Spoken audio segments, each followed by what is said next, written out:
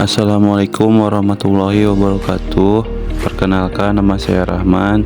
Saya dari kelas 11 RPL 2 akan mengerjakan proyek dari pelajaran PAI. Kali ini saya akan membahas tentang pengertian ketaatan beragama. Ketaatan beragama adalah tunduk patuh yang timbul dari kesadaran hati akan keagungan yang disembah, karena yakin bahwa sesungguhnya Allah itu mempunyai kekuasaan yang tidak dapat dicapai oleh akal-akal hakikatnya, sebab hal itu di luar jangkauan pikiran. Sedangkan kataan dalam Al-Quran, ketaatan adalah suatu sifat yang selalu menurut, teguh dan sungguh-sungguh dalam melaksanakan perintah dan menjauhi larangan Allah, pemerintah atau penguasa. Allah berfirman dalam surat An-Nisa ayat 599, "Hai orang-orang yang beriman, taatilah Allah dan taatilah Rasul-Nya dan ulil amri di antara kamu." Dari ayat di atas jelas sekali disebutkan bahwa manusia diwajibkan untuk mentaati Allah dan Rasul-Nya. Maksud taat di sini senantiasa menjalankan apa yang diperintahkannya dan menjauhi segala yang dilarangnya. Orang yang mampu seperti itu disebut sebagai orang yang beragama, di mana inti dari beragama adalah iman. Jadi yang dimaksud dengan beragama adalah beriman.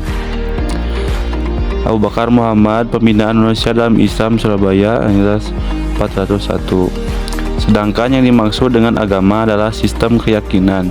Agama adalah sistem keyakinan, sistem nilai dan sistem perilaku yang terlembagakan, yang semua itu berpusat pada persoalan yang dihayati sebagai yang paling maknawi. 10 agama merupakan peraturan-peraturan yang terdiri dari kepercayaan dan pekerjaan-pekerjaan yang sesuai dengan keadaan suci. Artinya yang membedakan yang dimana yang halal dan yang haram dapat membawa atau mendorong umat yang menganutnya untuk menjadi suatu umat yang memiliki rohani kuat. Secara deskriptif, menurut Harun Nashon, agama adalah satu, pengakuan terhadap adanya hubungan manusia dengan kekuatan gaib yang harus dipatuhi. 2. Pengakuan terhadap adanya kekuatan gaib yang menguasai manusia. Yang ketiga, mengikati diri pada suatu bentuk hidup yang mengandung pada suatu sumber yang berada di luar diri manusia dan mempengaruhi perbuatan-perbuatan manusia. Kepercayaan pada suatu kekuatan gaib yang menimbulkan cara hidup tertentu. Dari pemasaran di atas, pengertian ketaatan beragama adalah patuh dan taat menjalankan segala apa yang diperintahkan dan menjalankan kewajiban yang ditetapkannya, karena pada dasarnya manusia diciptakan untuk menyembah dan beribadah kepadanya. Beribadah perkembangan jiwa agama pada seorang pada umumnya ditentukan oleh Allah pendidikan, pengalaman dan latihan-latihan yang dilalui pada masa kecil dulu. Seorang yang pada waktu kecilnya tidak pernah mendapatkan pendidikan agama, maka dewasanya nanti ia tidak akan merasakan pentingnya agama dalam hidupnya. Lain halnya dengan orang yang di waktu kecil mempunyai pengalaman-pengalaman agama. Misalnya ibu bapaknya orang yang tahu bahwa lingkungan sosial dan teman-temannya juga hidup menjalankan agama. Ditambah pula dengan pendidikan agama secara sengaja di rumah, sekolah dan masyarakat, maka orang-orang itu akan dengan sendirinya mempunyai kecenderungan kepada hidup dan aturan agama, terbiasa menjalankan ibadah. Takut melangkai larangan-larangan agama dapat merasakan betapa nikmatnya hidup beragama. Perkembangan penghayatan keagamaan itu dapat dibagi dalam 3 tahapan secara kualitatif menunjukkan karakteristik yang berbeda. Adapun perhayatan keagamaan remaja adalah sebagai berikut. 1. Sikap negatif. Meskipun tidak selalu terang-terangan, disebabkan alam pikirannya yang kritis, melihat kenyataan orang-orang beragama secara hipnosis, pura-pura yang pengakuan dan ucapannya tidak selalu selaras dengan perbuatannya. Yang kedua, pandangan dalam ketuhanannya menjadi kacau karena ia banyak membaca atau mendengar berbagai konsep dan pemikiran atau aliran, paham banyak yang tidak cocok atau bertentangan satu sama lain. 3. Penghayatan rohaninya. Penghayatan rohaninya cenderung skeptis atau diliputi kawasan-kawasan, sehingga banyak yang enggan melakukan berbagai kegiatan ritual. Selama ini dilakukannya dengan kepatuhan. Masa remaja akhirnya ditandai antara lain oleh hal berikut ini. 1. Sikap kembali pada umumnya ke arah positif dengan tercapainya kedewasaan intelektual. Bahkan agama dapat menjadi pegangan hidup menjelajah dewasa. Yang kedua, pandangan dalam hal ketuhanan dipahamkannya dalam konteks agama yang dianut dan dipilihnya. Yang ketiga, penghayatan rohaniyahnya kembali tenang setelah melalui proses identifikasi dan merindui puja. Ia dapat membedakan antara agama sebagai doktrin atau ajaran manusia penganutnya yang baik atau saleh dari yang tidak. Ia juga memahami bahwa terdapat berbagai aliran paham dan jenis keagamaan yang dipenuhi toleransi seyogyanya diterimanya sebagai kenyataan yang hidup di dunia ini. 2. Bentuk-bentuk ketaatan beragama. Dalam hal ketaatan beragama, siswa menerima beragama dari orang-orang di sekitarnya, termasuk orang tuanya sendiri.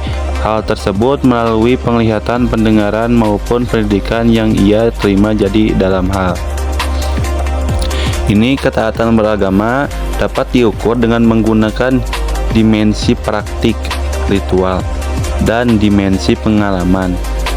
Kedua dimensi ini meliputi: 1. Sholat fardu. Sholat menurut bahasa Arab berarti berdoa. Menurut Asy-Syadiki, bahwa perkataan sholat dalam bahasa Arab berarti doa memohon kebajikan dan pujian, sedangkan secara hakikat mengandung pengertian berhadap hati atau jiwa kepada Allah dan mendatangkan takut kepadanya, serta menumbuhkan di dalam jiwa rasa keagungan, kebesarannya, dan kesempurnaan. Adalah berapa ucapan atau rangkaian ucapan dan perbuatan atau gerakan yang dimulai dengan takbir dan diakhiri dengan salam, yang dengannya kita beribadah kepada Allah dan menurut syarat-syarat yang telah ditentukan oleh agama. Kewajiban sholat yang mana telah diperintahkan Allah dalam Al-Quran itu pada surat Al-Ankabut ayat 45. Artinya, bacalah apa yang telah diwahyukan kepadamu, yaitu Alkitab atau Al-Quran, dan dilakukanlah sholat. Sesungguhnya sholat itu mencegah dari perbuatan-perbuatan keji dan mungkar, dan sesungguhnya mengingat Allah. Sholat adalah lebih besar keutamanya dari ibadah-ibadah yang lain, dan Allah mengetahui apa yang kamu kerjakan.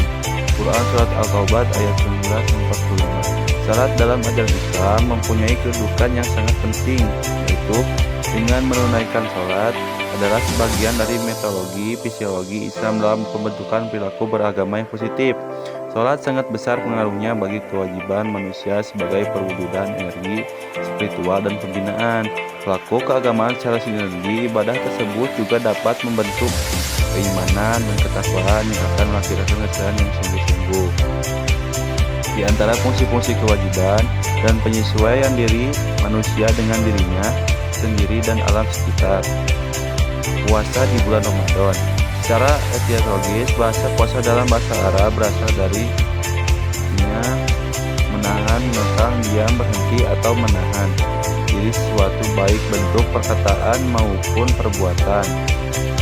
Kewajiban berpuasa telah ada dalam Al-Quran sebagaimana firman Allah SWT dalam surat Al-Baqarah ayat 183 yang artinya, hai orang-orang yang beriman, diwajibkan atas kamu berpuasa sebagaimana telah diwajibkan atas orang-orang sebelum kamu agar kamu bertakwa.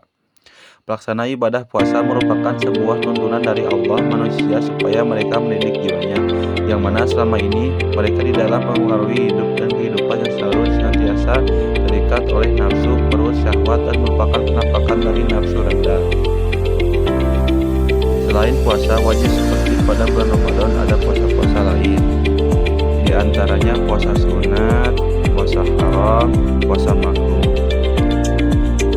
Orang sebagai pendidik dalam rumah tangga hendaknya memberikan teladan yang berupa pelaksana ibadah puasa. Puasa juga didukung oleh lingkungan keluarga yang taat menjalankan ibadah puasa. Selain itu, ibadah puasa untuk menanamkan nilai agama, hikmahnya itu badan lebih sehat, emosi